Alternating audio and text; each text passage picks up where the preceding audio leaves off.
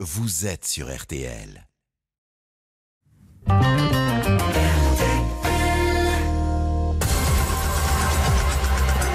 Bonsoir à tous. Ce soir, nous évoquons quelques-unes des grandes affaires criminelles qui ont profondément marqué la Belgique depuis plus d'un siècle.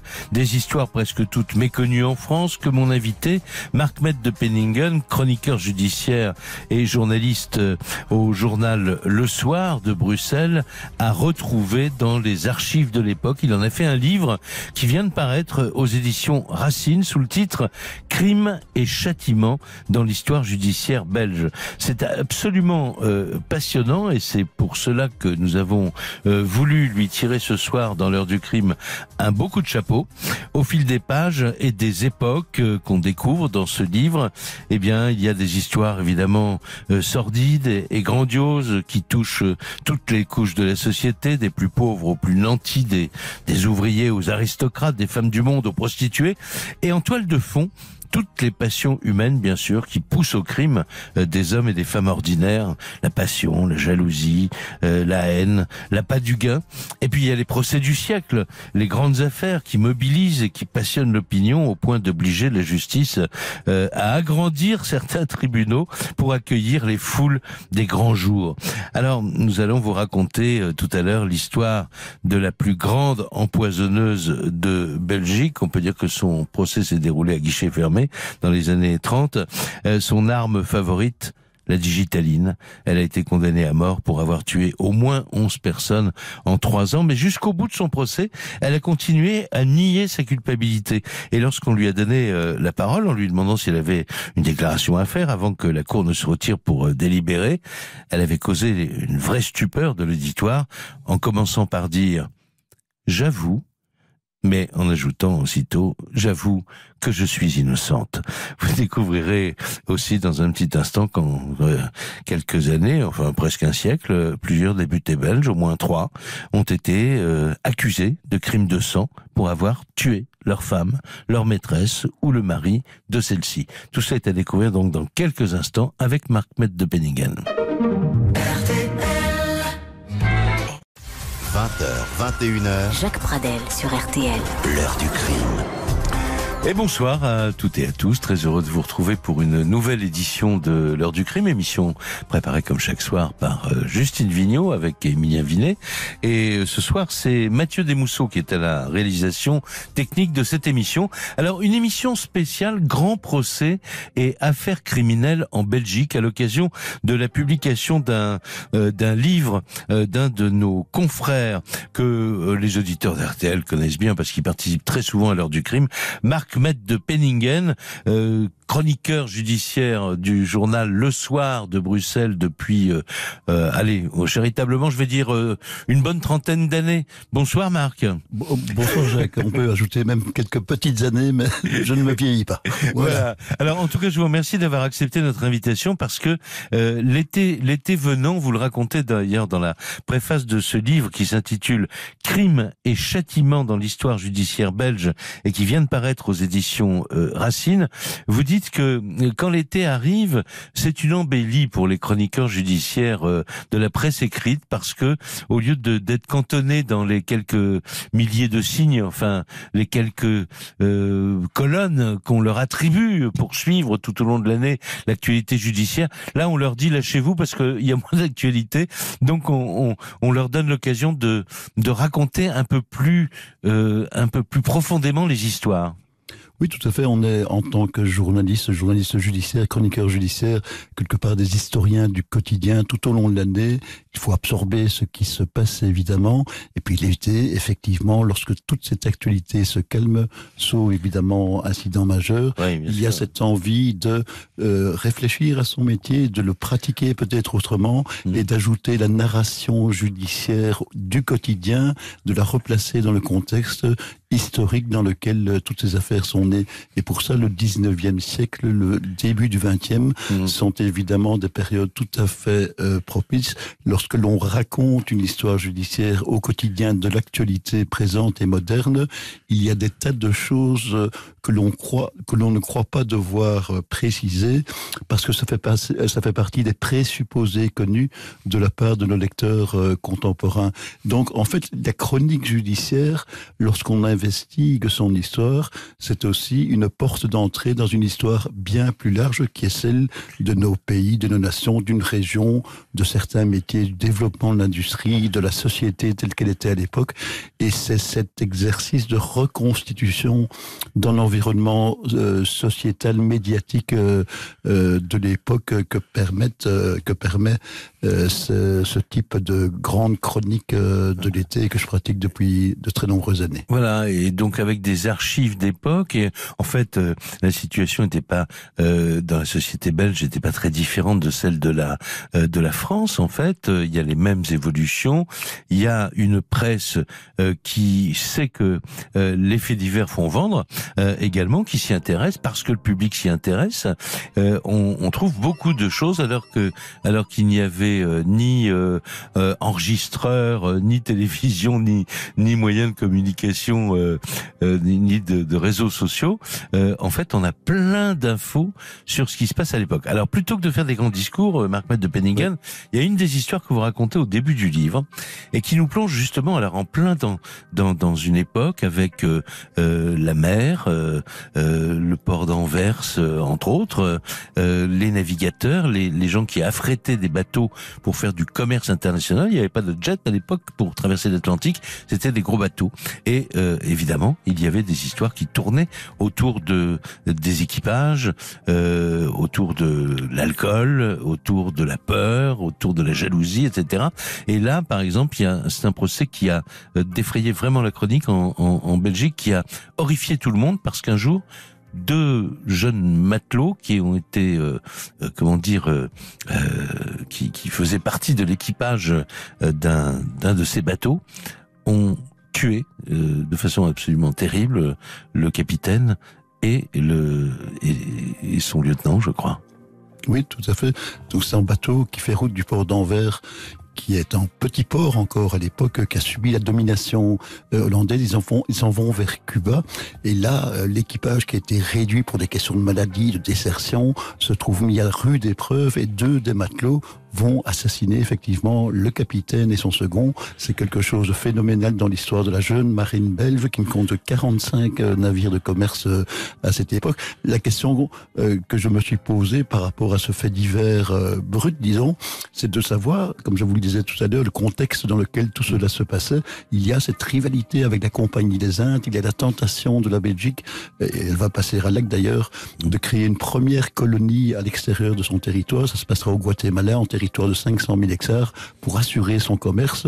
Ça nous renvoie aussi dans les techniques de fabrication de bateaux, dans l'histoire des Bermudes, des pirates bermudiens qui vont attaquer. Parce que le bateau va être attaqué par des pirates d'ailleurs. Oui, tout à fait. Et pour finir, ça va se résoudre par l'arrestation par des gardes-côtes américains, enfin dans leur version tout à fait originelle évidemment, des deux, qui vont être pris en charge par notre poste consulaire. On retrouve des archives au ministère des Affaires étrangères belge à ce sujet, renvoyé donc vers Anvers, jugé, et l'un des deux va être exécuté sur la grande place d'Anvers devant une foule immense qui est faite de marins. Il y a une fête extraordinaire qui se déroule autour de cette exécution. On faisait toujours la fête les jours d'exécution.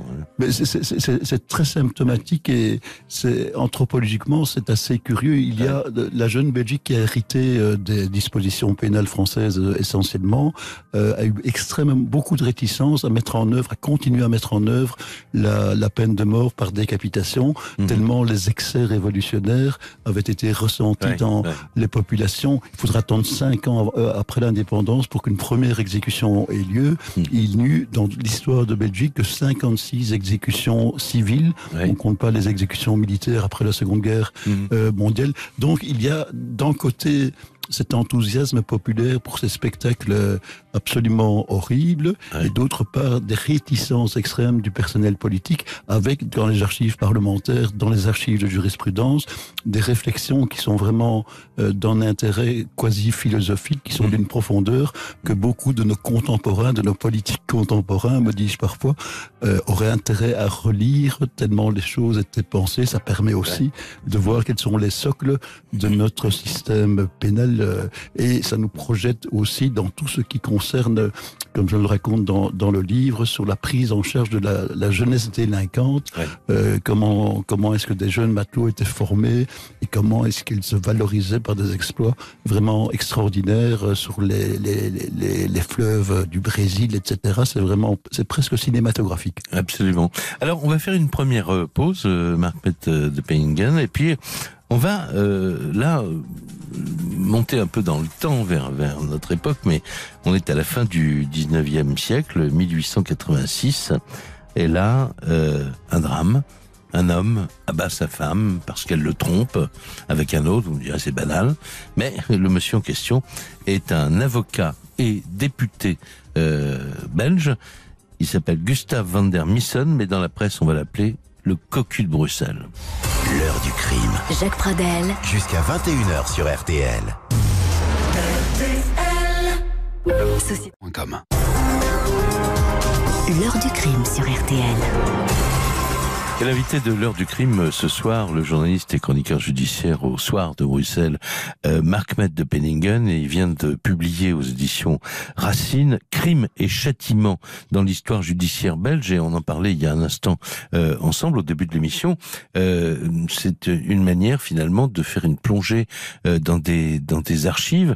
Toutes ces histoires criminelles qu'on raconte, on les écrit avec un H minuscule, mais ça raconte aussi la grande histoire, l'histoire politique, l'histoire sociale, là, en l'occurrence, évidemment, de la Belgique. Donc, moi, je pense, je conseille à ceux, parce que c'est vrai que l'été est toujours une période où on se balade beaucoup en Europe, dans les différents pays. Si vous avez décidé d'aller faire un petit tour en Belgique, prenez ce bouquin avec vous, parce que vous allez, ça va vous parler dans des villes qui sont évidemment très connues, très fréquentées par les touristes. Ça va vous parler d'histoires qui finalement ne sont pas si vieille que ça. Maintenant, Marc-Mette de Penningen, je voudrais qu'on parle de ce procès de cet homme, donc qui est un homme politique, qui est un avocat. Vous allez nous raconter comment cet homme en arrive à commettre le crime qui va le mener devant un tribunal, c'est les assises, et puis ce qui m'a intéressé dans cette histoire, c'est qu'en fait, il est l'un des 3 députés belges en moins de 100 ans à avoir vraiment, eu son nom dans la rubrique faits divers. Oui, effectivement, cette affaire Van der Missen, c'est quelque chose d'absolument considérable pour l'époque. Gustave Van der Missen étant jeune avocat, il s'est emmouraché très tôt pendant ses études d'une belle cantatrice qui s'appelle Alice Renaud, qui va s'en aller à Paris rejoindre en peintre belge, qui est dans le mouvement Art Nouveau, etc. devient son égérie. Félicien Robs. Félicien Robs, exactement, oui. Et donc, elle figure sur pas mal de ce tableau. Elle va revenir vers Bruxelles parce qu'elle va devenir chanteuse, cantatrice au théâtre de l'Alhambra à Bruxelles, dont des théâtres équivalents existent d'ailleurs en France, en Grande-Bretagne. C'est un peu les grandes salles de spectacle de cette fin du 19e.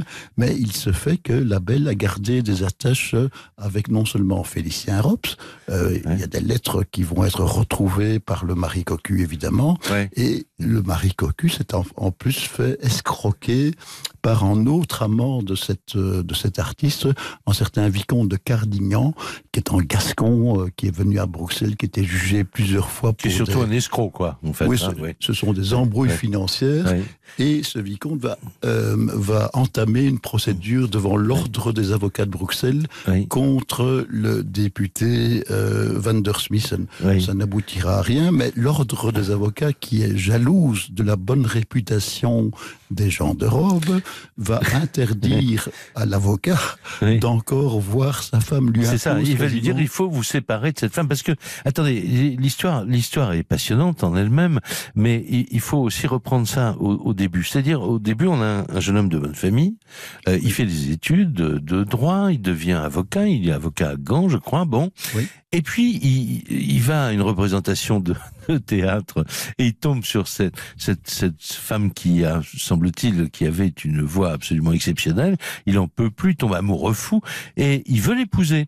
Mais sa famille refuse. Oui. Ses frères disent, sa famille dit non, c'est une mésalliance parce que il n'est pas question que notre fils avocat se marie avec, en fait, c'est sous-entendu une prostituée, quoi. Bon.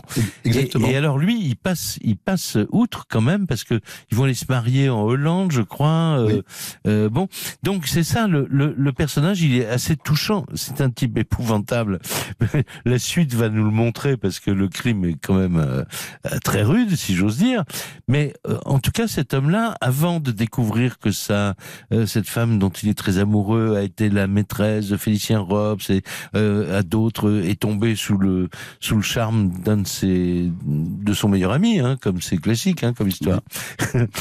Ce type-là, il est très à la fois déchiré entre l'amour qu'il porte à cette femme. Et alors maintenant, j'aimerais bien que vous me racontiez, Marc Maître de Penningen, comment ça se fait que il craignait à ce point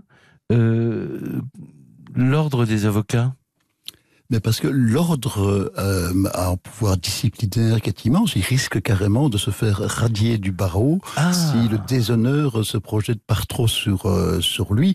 Oui. Et par ailleurs, il s'inscrit aussi dans l'action politique, c'est-à-dire que il trompe une deuxième fois sa famille, en fait, parce que sa famille est de filiation libérale, ce sont des libéraux de toujours, et lui va s'engager sur la voie du parti catholique, ce qui est considéré comme tout aussi intolérable que cet amour d'une gourgandine, comme disait sa famille. Et donc, c'est à raison de cela, il se trouve pris sous le feu de sa responsabilité politique, sous le feu des reproches familiaux, et surtout, il va faire l'objet... La presse, surtout aussi. La presse. Comment la presse parle de ça? Ils ont été mis au courant, on s'est servi de la presse? Oui, parce que le député Van der Smissen fait partie de ce qu'on appelle le groupe des 15. Ces 15 députés apparentés catholiques qui ont permis de faire basculer le gouvernement libéral au profit d'un gouvernement catholique. Et donc, il y a un processus de vengeance qui va se mettre en place. Il faut savoir qu'à l'époque, les auteurs, les journalistes sont principalement des auteurs, simplement des auteurs, c'est pas le journaliste comme on l'entend maintenant, qui sont politiquement eux-mêmes engagés. Les feuilles sont très marquées également. Cette presse est d'une férocité extraordinaire. Il y a du règlement de compte politique qui peut s'asseoir évidemment sur une affaire de cœur qui va valoir toutes les insultes au brave Van der Smissen qui va lâcher les plombs. Et oui, au point d'être donc baptisé le cocu de Bruxelles quand même. Oui, le cocu, on l'appelle l'Alphonse également. L'Alphonse, à l'époque c'est une insulte. Oui, et alors il y a des comptines qui sont vendues que vous dans les citez rues. Dans le livre. Tout à fait, oui. C'est terrible, hein, on se met à la place du type, c'est terrible. Alors voilà, il fallait dire ça, on fait une pause, et puis ensuite on va raconter les faits. Voilà, le drame, ça se passe évidemment une nuit, pas loin de minuit, l'heure du crime.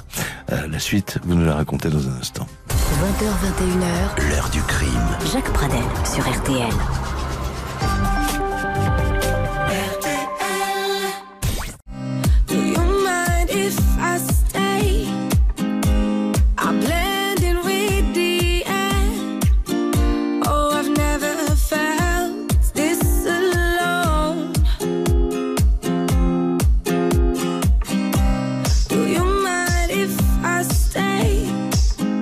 I'm the guardian of your nights, turning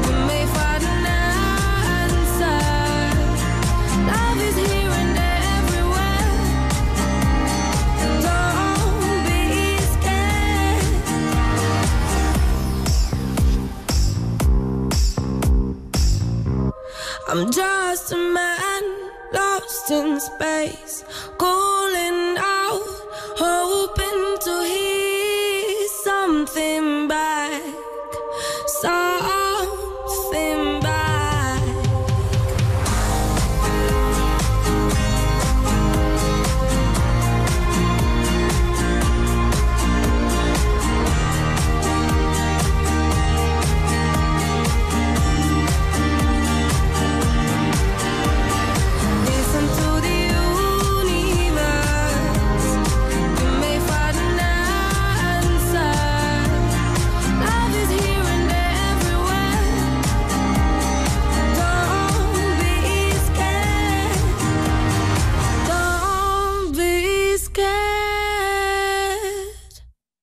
C'était Kadé Bostani à l'instant avec cette chanson extraite de la compilation Les Artistes RTL 2019.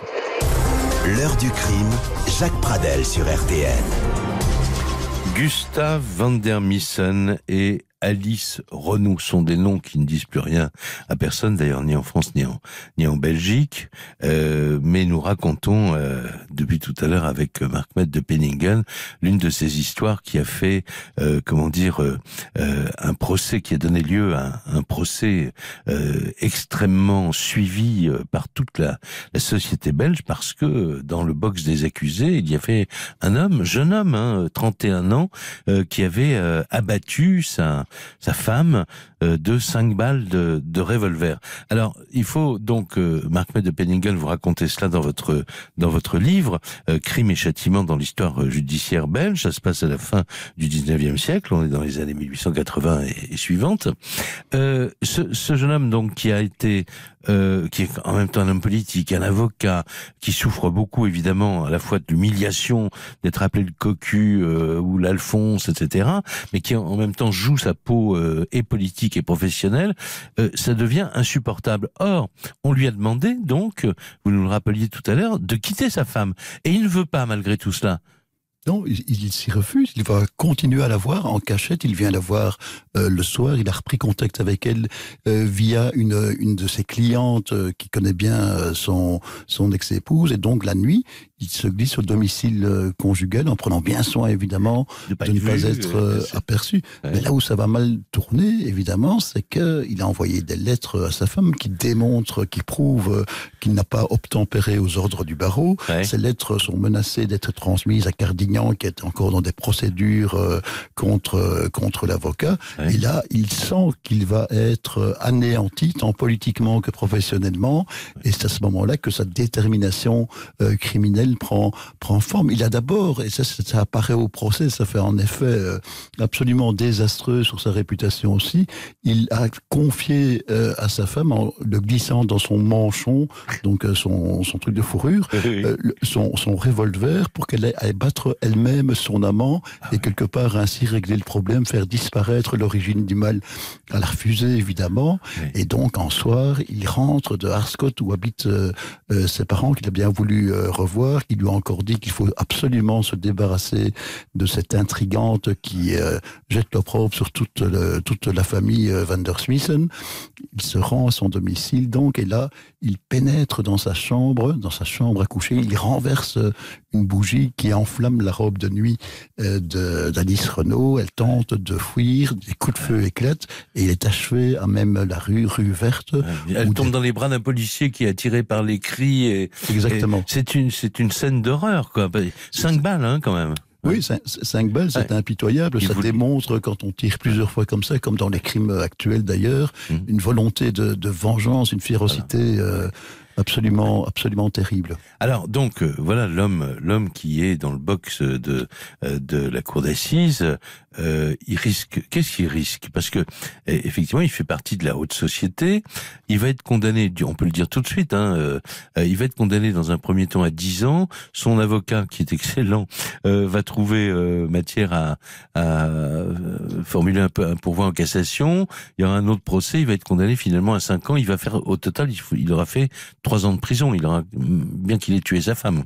Oui, mais il échappe au pire, mais il faut savoir qu'à ce moment-là, il y a encore les dispositions pénales qui prévoyaient que le mari cocu, C'était moins grave pour l'homme que pour la femme, c'est ça? C'est-à-dire qu'en cas de prise en flagrant délit, il y avait une clause d'absolution qui était là. Encore fallait-il qu'elle soit pertinente, démontrable, qu'elle soit sans conteste. Sinon, c'était un meurtre pour lequel la peine de mort pouvait être prononcée. Elle n'était plus exécutée en Belgique depuis 1864. Ça s'est converti automatiquement en perpétuité. Mais il y a comme une espèce de... Comment dire, il s'est fait tromper par sa femme. C'est comme si le vicomte de Cardignan avait été présent dans la chambre, ont estimé en tout cas les jurés. C'est pour ça que 10 ans pour un crime pareil, aussi féroce, aussi spectaculaire, a reçu ce tarif pénal qui est vraiment très très réduit par rapport à ce qui se pratiquait à l'époque. Et là, c'est un Français quelque part qui va le sauver parce que ses avocats, après cette condamnation, vont s'apercevoir quand un juré n'avait pas acquis, un juré d'origine française. Voilà, ça c'était le vice de forme, c'est voilà, ça. Je crois. Il n'avait pas acquis la grande nationalité, comme on dit, et donc il était formellement dans l'incapacité de juger, ce qui valait la mise à néant par la Cour de cassation de l'arrêt d'assises, et donc se fut renvoyé devant la cour d'assises du Hainaut à Mons, où là il va prendre une peine bien inférieure, et son avocat, devenant ministre de la Justice, va mettre sur pied la loi qui porte son nom, la loi Lejeune, qui a permis à partir de là de libérer les condamnés primo-délinquants au tiers de leur peine. Et donc il est sorti vraiment très vite et il s'est installé à Paris comme avocat et on n'a plus jamais entendu parler de lui. Ouais, c'est-à-dire qu'après il a repris son travail d'avocat, Il s'est encore marié 2 fois, mais on ne sait pas quel est le destin qui a été réservé à ces 2 femmes. Ça ferait peut-être l'objet d'un suivi. Incroyable. Enfin, en tout cas, cette histoire, évidemment, fait penser, parce que à cause de la profession du mis en cause, à d'autres députés. Mais alors là, on est dans la période vraiment contemporaine, on est dans les années du 21e siècle. Et si vous le voulez bien, après une pause, on va parler de 2 de ces personnages importants. Ce qu'on appelait l'affaire Van Eycken, accusé avec sa maîtresse d'avoir tué le mari de celle-ci. Ils viennent de se marier. Voilà, ils viennent de se marier, effectivement. Et l'affaire Westphal aussi, qui est un député qui, lui, en revanche, a été acquitté par la justice. Il était soupçonné d'avoir assassiné son épouse dans une chambre d'hôtel à Ostende. On reparle de tout cela dans un tout petit instant. Jusqu'à 21h sur RTL. Jacques Pradel. L'heure du crime.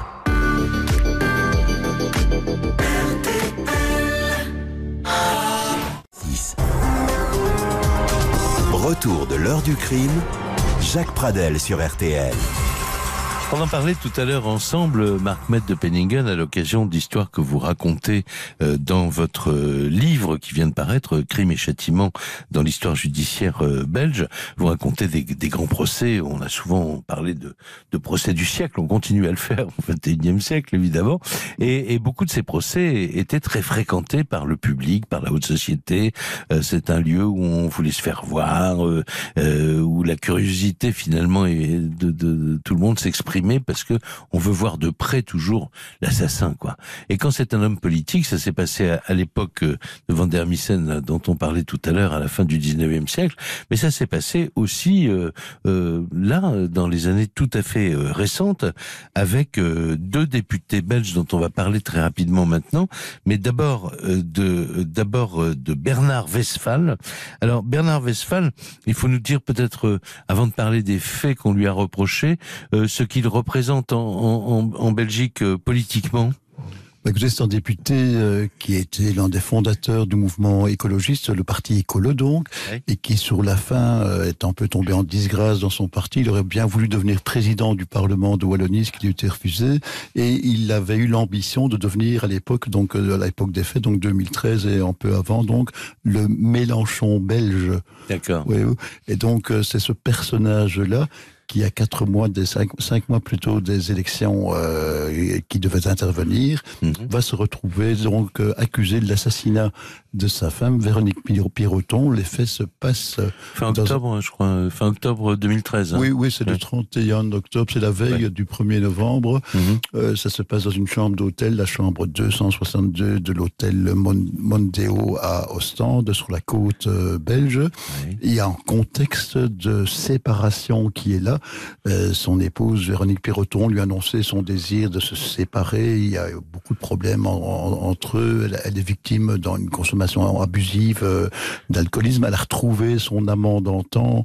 Bernard Westphal est tombé sur des lettres de ce personnage. Donc c'est dans ce contexte-là qu'une tentative de réconciliation va être tentée par Bernard Westphal. Et ils vont se dire, allez, on va passer le week-end à Ostende, quoi. Non. C'est-à-dire qu'elle part toute seule, et c'est Bernard Westphal qui la rejoint presque d'autorité. Donc, d'accord. Enfin, c'est comme ça que ça se passe. Il arrive sans bagage, d'ailleurs, ce qui va lui être reproché parce que l'intention criminelle sera retenue par la juge d'instruction dès lors qu'il n'avait pas d'intention ostensible, en tout cas, de rester. Et donc, le corps de Véronique... Lui, pardonnez-moi, il va dire qu'il a trouvé sa femme inanimée dans la salle de bain de cette chambre d'hôtel et qu'elle s'est suicidée parce qu'il l'a trouvée avec un sac plastique sur la tête. Mais évidemment, l'accusation aura un autre point de vue là-dessus en disant c'est lui qui l'a étouffé en mettant un sac plastique sur la tête. Oui. Ce sac plastique, c'était une impossibilité. Il y a eu par ailleurs dans cette chambre une bagarre qui a éclaté entre les deux. Il y a des coups, pas des coups de poing, mais disons ils se sont empoignés. La chambre était dévastée, on peut le dire. Dévastée, quand on voit les photos au dossier, c'est un petit champ de bataille, de scène de ménage, disons. Et donc effectivement, on retrouve le corps de Madame Piroton donc dans sa salle de bain. Elle est à moitié nue. Bernard Westphal va descendre à pied les 6 étages de l'hôtel pour prévenir la réception. Il n'a pas l'air très pressé, etc. Donc tout ça va nourrir le soupçon que l'acte fut volontaire et donc il va être arrêté. Ce qui est symptomatique dans cette histoire, et on retrouve un peu les mêmes traits dans l'affaire Van der Smissen de 1886, c'est que la réaction du public se fonde également sur la réputation de l'homme politique et l'appartenance politique des supporters ou des détracteurs. Oui, bien sûr. Dès les premières heures de son arrestation pour Bernard Westphal, ce sera comme pour Van der Smissen, il va y avoir déjà un mouvement de solidarité et sympathie disant que c'est sûrement une embrouille politique pour faire taire un candidat de gauche. Oui, voilà, il y a eu toutes les théories du complot, etc. Enfin, on en a beaucoup parlé, évidemment, dans la presse, dans la société belge. Alors, juste un mot, parce que on va entendre ce document à l'issue de son acquittement. Donc, les faits remontent à 2013. L'acquittement, c'est en 2016. 2016, oui, octobre 2016, si je me souviens bien. D'un mot, qu'est-ce qui a fait basculer pour vous le jury? Parce que, écoutez, en fait, quand le procès a commencé, beaucoup de gens pensaient qu'il allait être condamné pour meurtre, hein. Oui, enfin, les évidences, les preuves étaient là. Ce qui s'est passé, mais là, c'est de l'ordre de l'analyse, évidemment, c'est que comme Bernard Westphal était francophone, que les faits ont été commis en Flandre, on a une procédure qui permet, au terme de l'instruction menée dans la langue du juge qui mène l'enquête, donc, de demander le dépaysement du dossier dans un tribunal, dans une cour d'assises francophone. Ce qui veut dire qu'il se retrouve là avec tous les enquêteurs flamands, avec la juge flamande, etc., qui ont parfois d'autres pratiques d'enquête qui vont être pointées par son très brillant avocat. Et donc, il y a une espèce de prolongation de ce complot nord-sud, de ces juges flamands qui ont voulu coincer en wallon. Tout ça va être très habilement mené par sa défense. Et la décision de la Cour, c'est certes un acquittement, mais avec des doutes extrêmement sévères qui sont émis par l'arrêt d'acquittement. Il est vraiment acquitté au bénéfice du doute, quoi. C'était sur le film, mais les motivations du doute sont toutes consignées dans l'arrêt, ce qui n'est pas commun. C'est pas habituel, effectivement. Alors, on va écouter ce document, donc le 9 septembre 2016. On fait une émission avec vous d'ailleurs, je crois, ici, dans l'heure du crime. Et Charles Deluy-Hermoz réalise l'interview du député qui, entre-temps, a écrit un livre, Assassin, puisqu'on le traitait d'assassin, et ce livre est publié au lendemain du procès, et Charles Deluy-Hermoz le joint pour l'heure du crime, donc et lui demande d'expliquer dans quel état d'esprit il était avant l'annonce du verdict. J'étais tout à fait tétanisé parce que je ne pouvais imaginer du tout quelle serait l'issue de ce procès. Les débats étaient ouverts et je suis évidemment heureux que l'oralité des débats puisse exister, ainsi que la cour d'assises qui a fait la démonstration que quand on va jusqu'au bout des choses, on peut établir une vérité plus solide. Et donc le fait d'avoir été acquitté, évidemment, a été un grand soulagement, mais je dois bien vous dire aussi une grande tristesse parce que dans toute cette affaire, c'est un gâchis énorme pour les deux familles et le plus dur, c'est que mon épouse n'est plus là. Donc je n'ai pas pu vraiment profiter normalement de cette libération et aujourd'hui je suis encore évidemment affecté chaque jour quand je repense à tout cela. Est-ce que vous avez pensé à un moment pour être condamné ? Non, parce que j'étais droit dans mes bottes, j'avais ma conscience pour moi, mon âme pour moi, et donc je ne voyais pas comment j'aurais pu être condamné pour quelque chose que je n'avais pas fait. Mais vous savez, des erreurs judiciaires, ça existe aussi, hein. Donc, j'ai eu peur, je vous cache pas, pendant tout le procès, mais j'avais confiance quand même. In fine, j'avais confiance sur le résultat, parce que je savais ce que j'avais fait, et je savais ce que j'avais pas fait. Et aujourd'hui, donc après 3 ans de procédure, quelles leçons tirez-vous de tout cela ? Ce procès aurait été bien largement autre que simplement une affaire qui s'appelle l'affaire Westphal. Il aura permis de reposer un paquet de questions sur le fonctionnement de la justice, sur la présomption d'innocence, sur la détention préventive, sur le maintien des cours d'assises. Il y a eu je ne sais combien de cartes blanches, d'articles, de réunions académiques autour de ce procès. Et donc ce qui me fait plaisir, c'est que au-delà de ma petite personne et de ce procès, eh bien c'est le fonctionnement de la justice en tant que tel qui a été remis sur la table, y compris la question de son financement, parce qu'on se souviendra que les traductions du flamand vers le français étaient tout à fait lamentables. Il y avait des phrases absolument ahurissantes que je n'avais pas prononcées. Et donc on voit bien que la justice dans notre pays vit avec des bouts de ficelle. Donc mon combat, c'est à venir, ce sera un combat pour le refinancement de notre justice. Un des hauts magistrats de notre pays a dit récemment qu'un pays qui ne donnait plus les moyens à sa justice de fonctionner était un État voyou. Vous avez des regrets aujourd'hui ? Non, je n'ai pas de regrets. J'ai aimé cette femme du fond du cœur. Je ne pouvais pas savoir l'étendue de sa détresse, mais aimer comme j'ai aimé, on ne peut pas regretter ce genre de choses. Si j'ai peut-être un regret, c'est de ne pas avoir ouvert les yeux plus tôt, de ne pas avoir pris mes responsabilités de départ plus tôt. La seule grande tristesse que j'ai, c'est que cette magnifique femme, parce qu'elle était vraiment magnifique à bien des égards, ne soit plus là.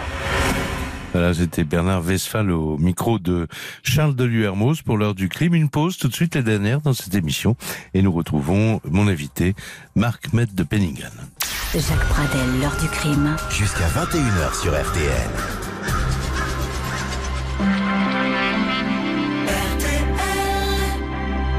Chez Vérissure.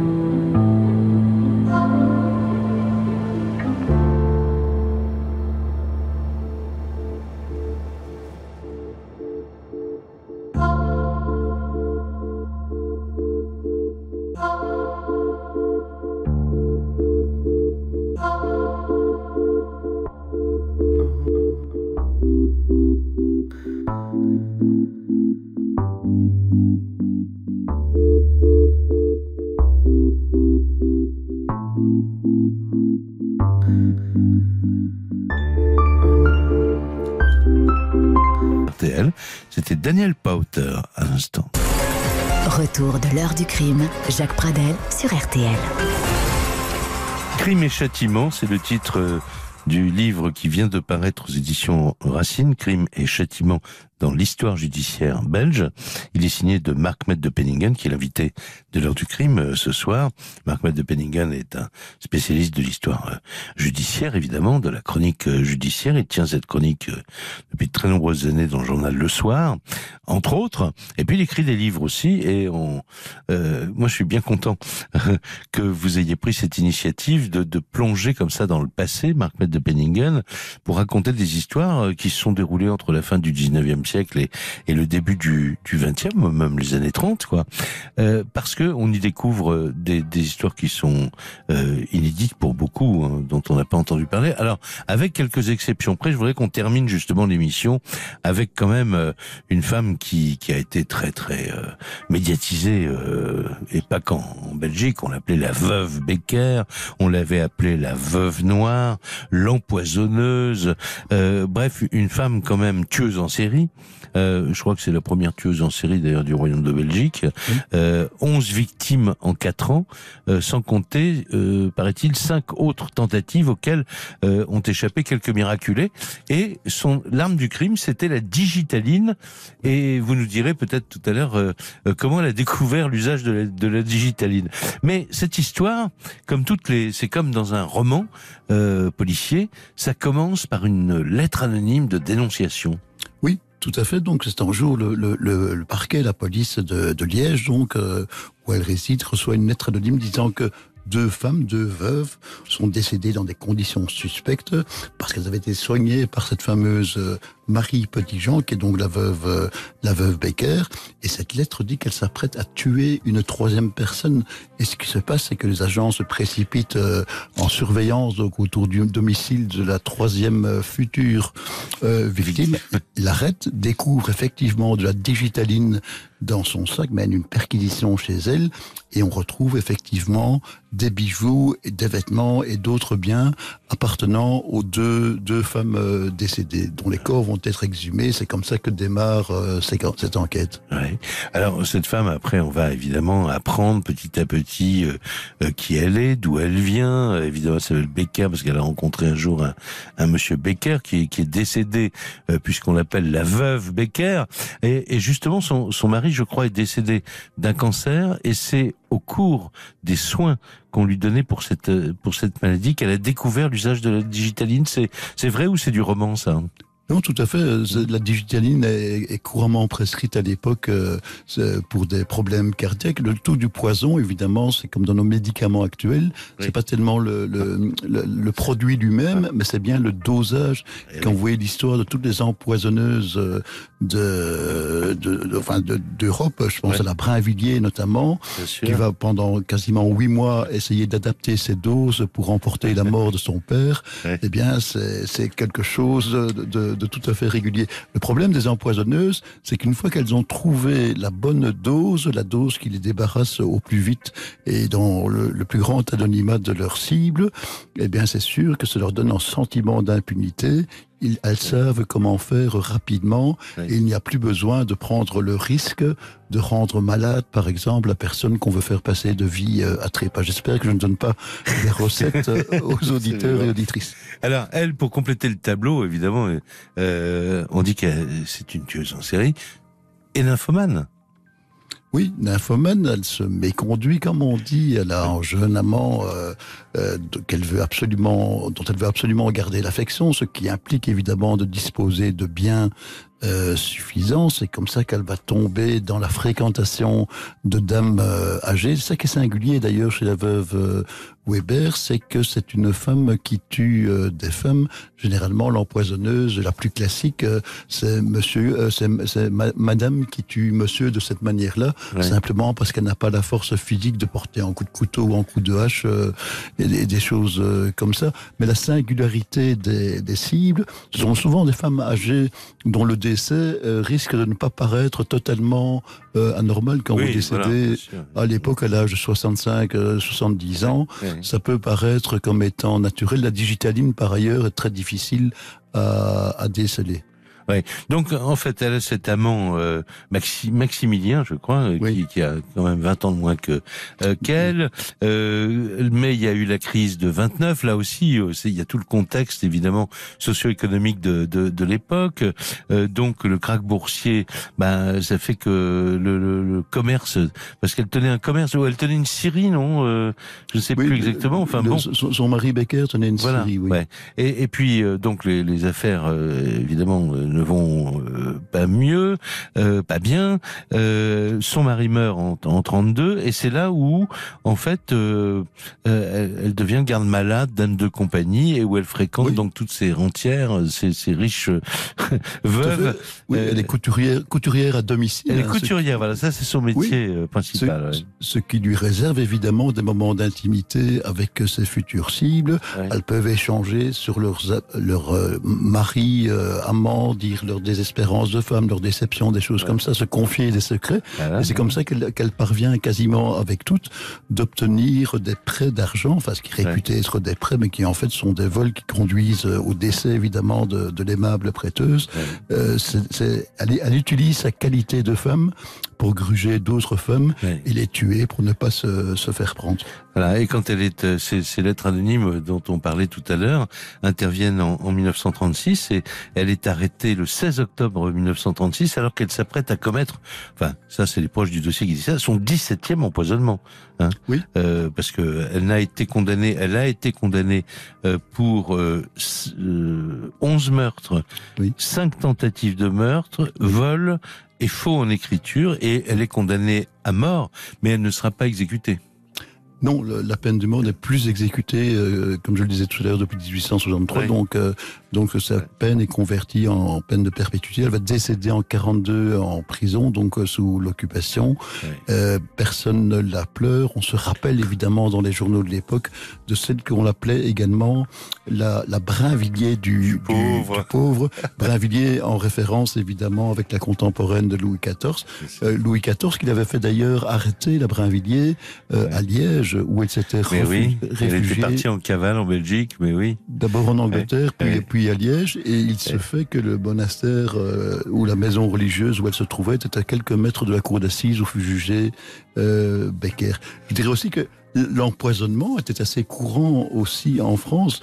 Lors du procès, son avocat avait souligné, pour parler de la possibilité d'erreur judiciaire, de l'insuffisance de preuves scientifiques, que depuis le début du siècle, donc depuis l'année 1900 jusqu'à 1938, il y avait eu en France 883 acquittements dans 2366 affaires soumises aux juridictions, ce qui est évidemment énorme.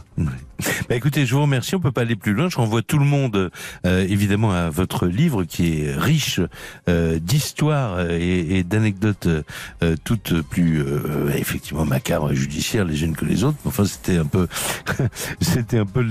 votre but en écrivant ce livre, dont je rappelle le titre, Crime et châtiment dans l'histoire judiciaire belge. C'est signé donc de Marc Mette de Penningen et c'est publié aux éditions Racine. Merci beaucoup, Marc. Merci, Jacques. À très bientôt et bel été à vous. Merci. À bientôt.